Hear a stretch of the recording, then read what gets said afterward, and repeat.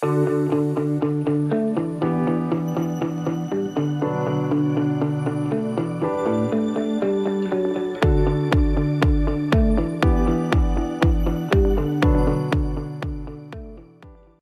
hello everyone. I'm very excited to be joined here by student doctor, soon to be anesthesia resident, Tiffy Kung.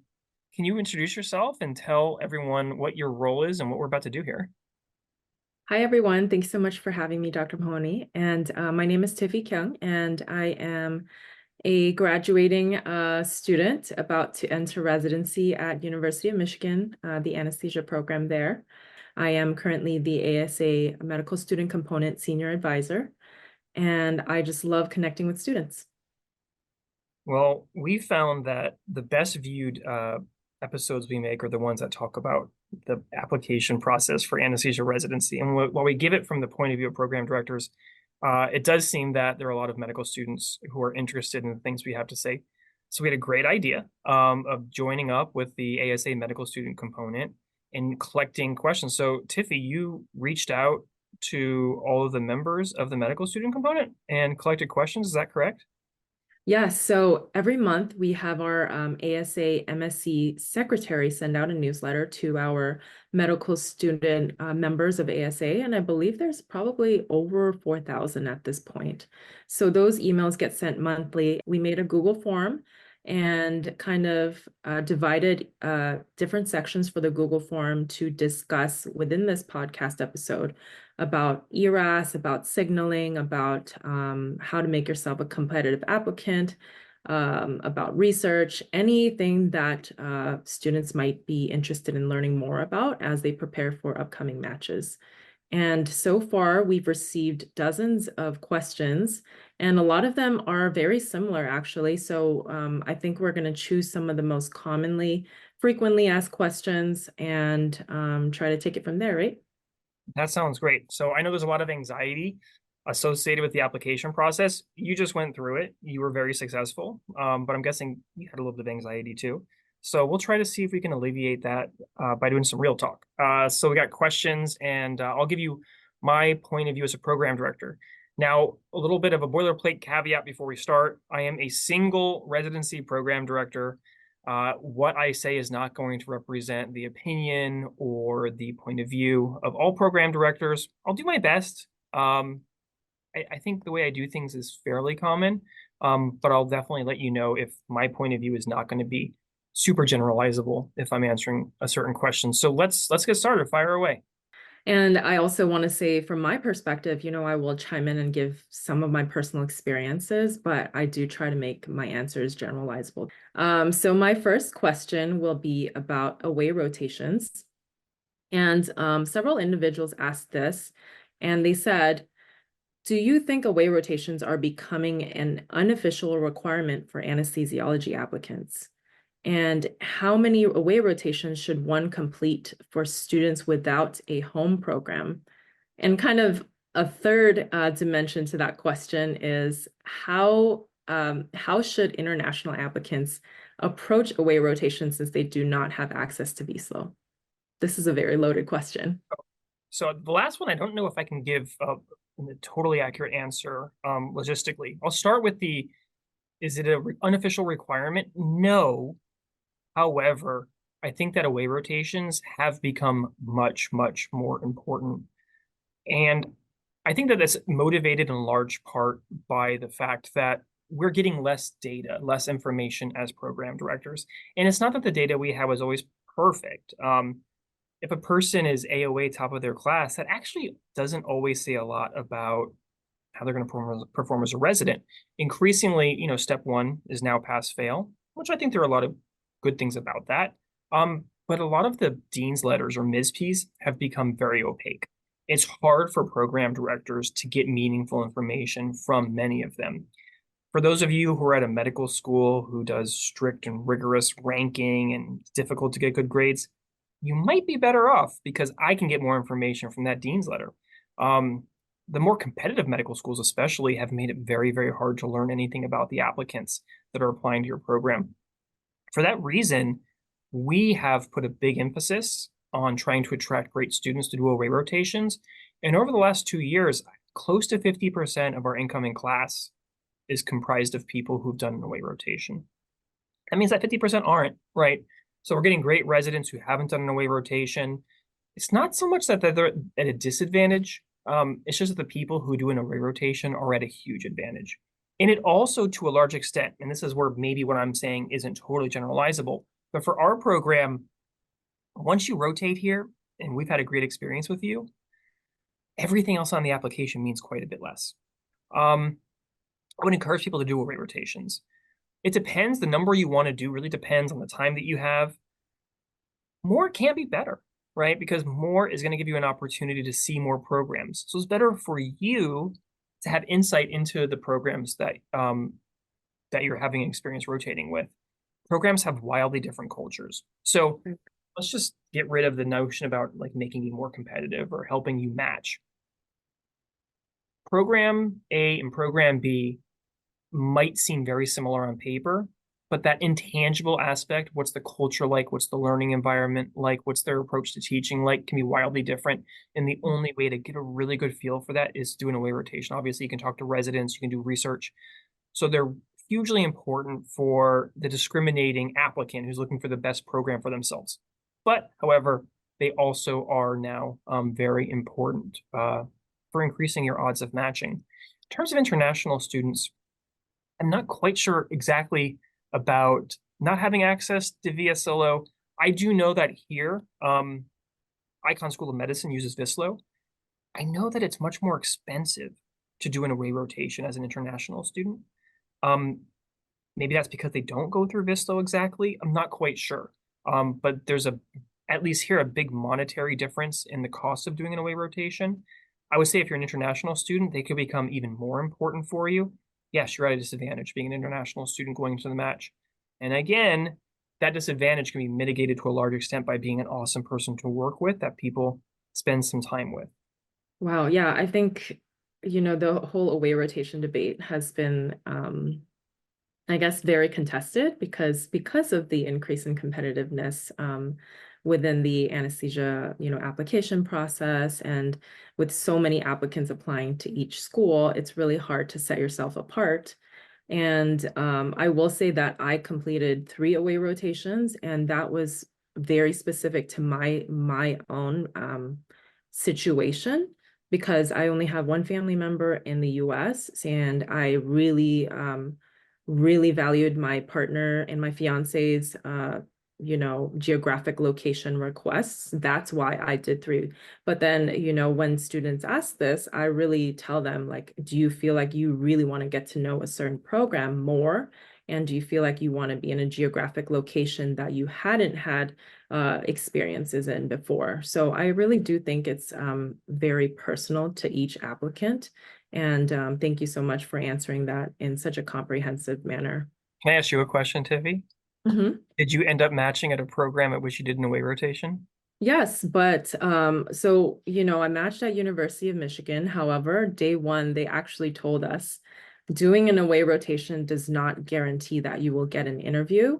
So they were very upfront day 1 what the expectations were.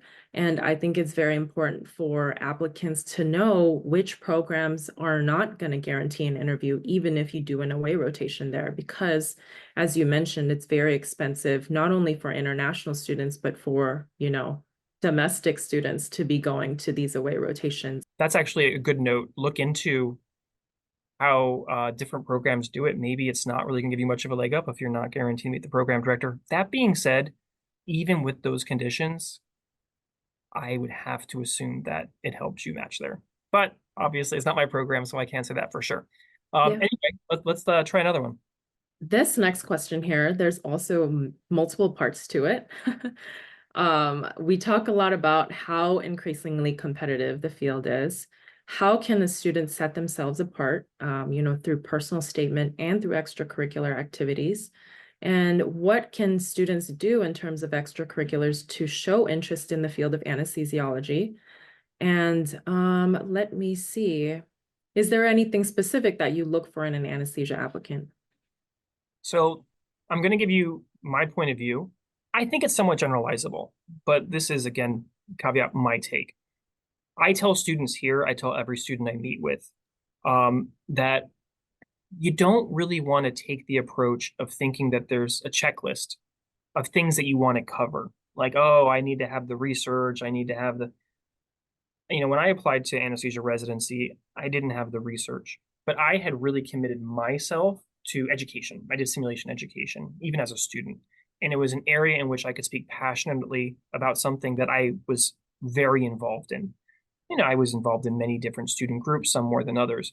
But I would say that the thing you should do is the thing that you enjoy and that you're passionate about.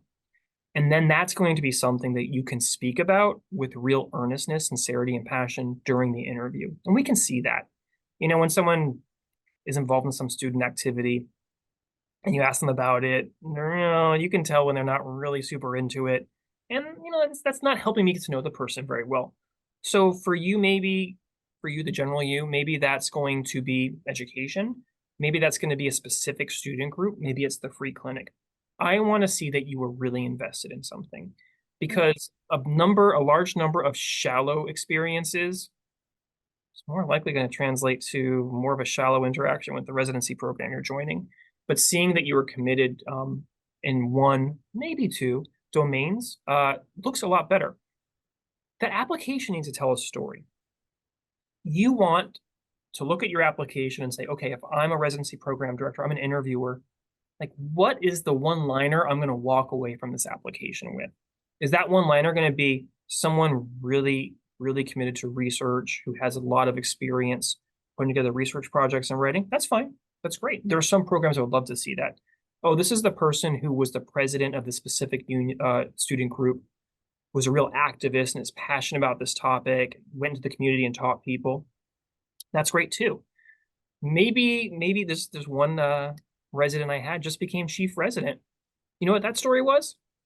Came from a working class family and had to work her way all the way through high school and college and med school and worked at the same restaurant. Happened to be a German beer house all the way through the entire thing.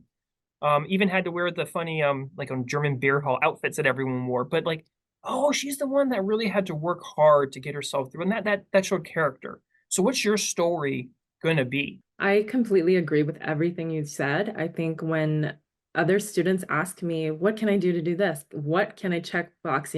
Research, community service, leadership, interest in the field. It's so hard to give everyone a specific answer. And I always just say, focus on your passions. Focus on what makes you get up in the day. Medical school itself is so hard, and you just have to have that motivation to find what, fuels your fire. And that will really come true in your interview. And I completely agree. For me, I took a lot of gap years, and for me, my story was the reason why I wanted to be in this position was because I had a lot of struggles through undergrad, and I took like 7 gap years prior to applying to med school. And that was my story, and that consistently came up. My upbringing in Guam, my passion for health disparities, underserved communities, everything consistently came up throughout my interviews. So everything in your application should be a true representation of who you are. So I completely agree with that. And another thing I hear about is the person says, "Oh my God, I spent 2.5 years doing research in dermatology." Mhm. That is not something that you want to hide. That's great.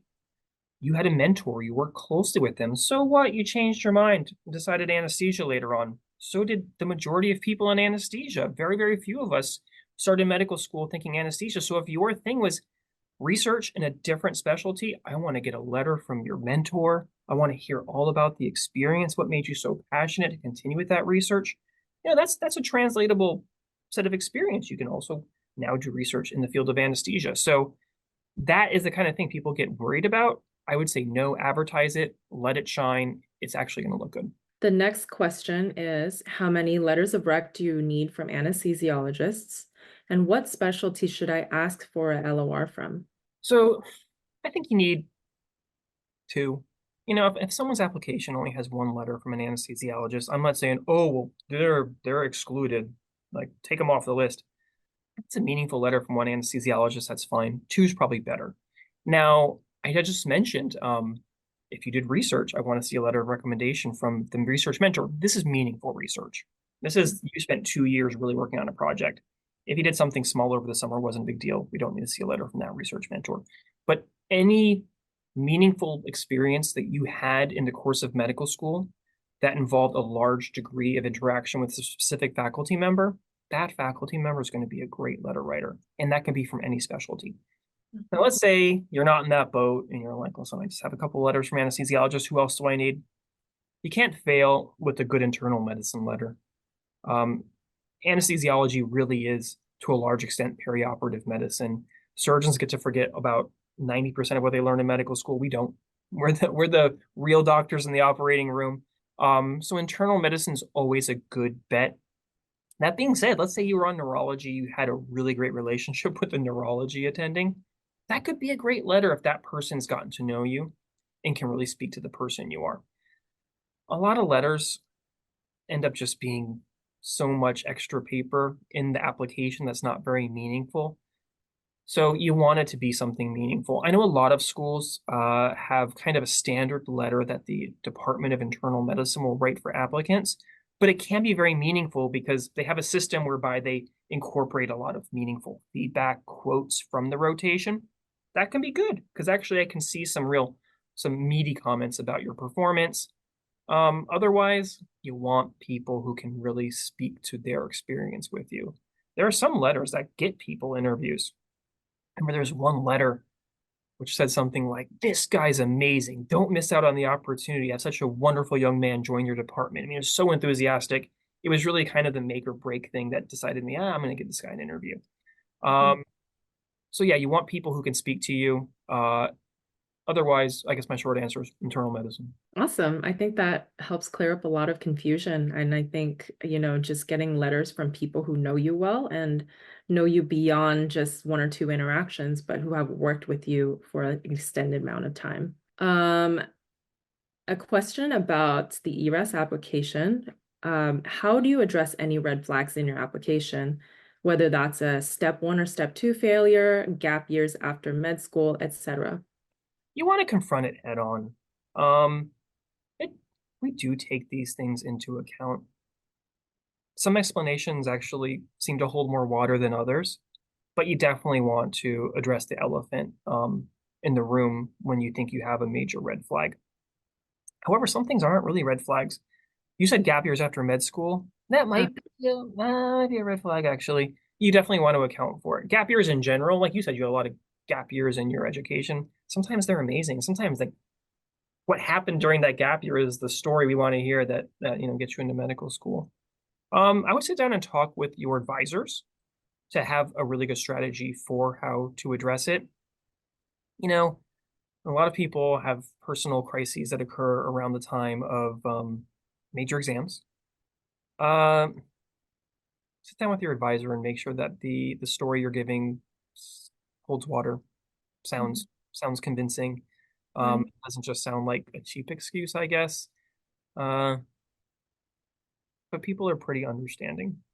When people are looking for mentors, advisors to look through their application, how many people or individuals would you recommend to approach to get different eyes on your application before hitting submit?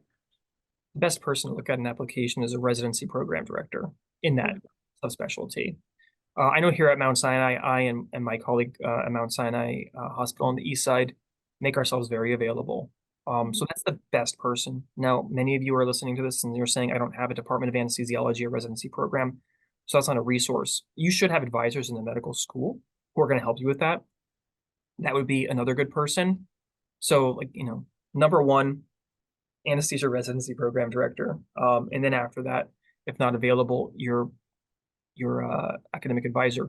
However, I know that the people who rotate with me, some of them come from medical schools that aren't affiliated, and then I provide that resource. Now, that being said, for the people who rotate in July and August, that's a great resource because they haven't hit submit yet. For the people who come in October, that ship has sailed. So if you really want to be canny, you can try to do an away rotation with a very approachable and available residency program director who can help you do that. I don't know how widely practiced my approach is. I know that Adam Levine and Mount Sinai does that for sure. And I know some of my other colleagues who I work with at the Society for Education and Anesthesia do that. So that could be an option. Next question. You kind of talked about this earlier when we were asking about OA rotations, but how can you best understand a program's culture without going in person? This is tough. And we mentioned earlier that culture is really important. Now, when I say culture, what does that mean? Um, some places are more formal and some are more informal. Some students feel safety in formality, and formality does provide a degree of safety. Some people like a more informal setting.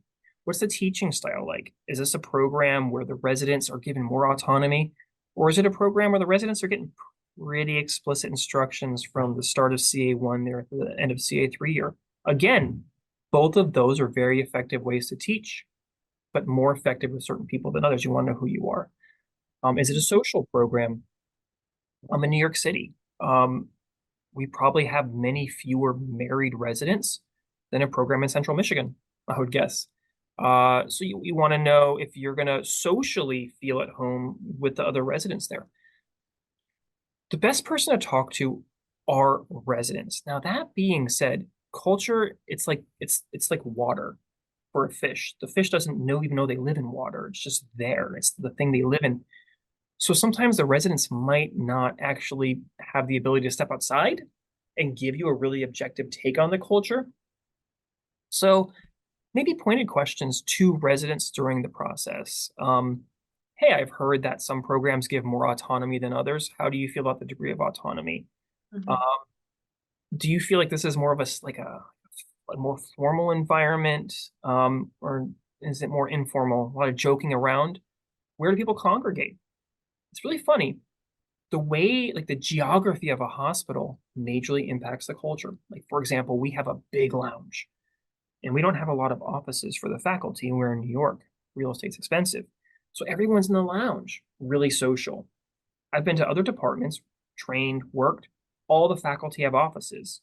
You leave the ORs, the faculty are all in their offices all the time. You might only find CRNAs in the shared space. That creates a really different environment. So you can ask specific questions between cases. Where do people hang out? Who do you see? Is there a resident lounge and a faculty lounge?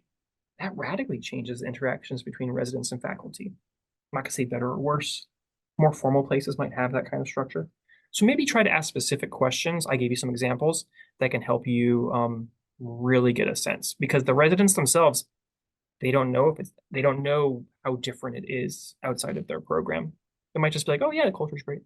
For me, when I was considering programs, and kind of this goes into the whole way rotations question, was do I want to go to a program that has, 20 some residents, or do I want to go to a program that has like a smaller field, like 12 to 15 residents? And I think that's also really important for individuals to think about too. You know what? That's a really good point. Thank you for actually bringing that to the conversation. Size matters a lot. Not just the size of the residency class, but the faculty size too. Obviously, it's going to be much less intimate when you have a department with 100 residents and 150 faculty and 100 CRNAs. That's a very different feel. This is another loaded question, highly contested. It is about signaling. So how did the new signaling system impact your application review, whether it's both silver and gold or geographic signals? And is it worthwhile to apply to more than 15 programs, in your opinion? So it has completely changed the game. Uh, it majorly impacted how we went through applications. I will say that I ran the numbers about if we got a gold signal, or if someone sent us a gold signal, they had about 50 to 60% chance of getting an interview. Silver had about 15% chance of getting an interview. No signal, zero. No Wow. at all. Now, you cannot generalize what I just told you. There were programs. I remember before the interview season, I told people you basically should count on getting something close to zero interviews from programs you don't signal. And that was wrong. There were some programs right off the bat, people were telling me that were granting interviews to them, even though they hadn't signaled. I was surprised. I haven't spoken to those program directors to get a sense of if they were successful recruiting people who hadn't sent them a signal. Different programs are more or less competitive. We're in New York City. We're a pretty darn competitive program. I think we're great. Geography probably plays a pretty big role here. So we got a lot of signals. Some programs aren't getting as many signals, which would explain why they may be giving interviews. I would say you're going to have a very, very low rate of success on getting interviews from programs that you don't signal. I know program directors that aren't even looking at applications that didn't signal. I don't think we really looked at applications we didn't get a signal from. And the reason being is we get between 1,500 and 2,000 applications a year. We have less than 200 interviews. You want to use an interview on someone who's going to come to your residency. Right. If someone's applying to 60 programs, let's say they want to be in Chicago, they're applying to 60 programs, that's going to include my program, but they don't actually want to be here. You want to find some way to make sure that you're using interviews on people who have a high likelihood of wanting to come to your program if they like it. So it's I think a very reasonable strategy for residency program directors to do what I do and just basically say no signal. It's just not high yield. A gold signal is very high yield. So I really think people should stop spending all the money to apply to 40, 50, 60 programs. I know they're not going to. We did not. I think the decision was made that the signal numbers and types are going to stay the same next year. That's last I heard. So 5 gold, 10 silver. Some residency program directors have advocated increasing the number of signals in order that those programs that don't get a lot of signals might get some more. And then people won't get interviews from places they don't signal to try to help students and programs really filter it out and meet each other up in a place where we're both not wasting our time talking to each other. So yeah, changes everything. Geographic preference I don't even look at it. Don't even look at it because the gold does all the work for me, right? If you tell me that you prefer the Midwest, but you sent me a gold signal, I mean, you only had 5 gold signals, so that trumps everything. So I think the gold and silver signals do most of the work that people might use geographic signals for. So yeah, the most important decision you have to make after you decide to apply to anesthesia is how are you going to use your signals.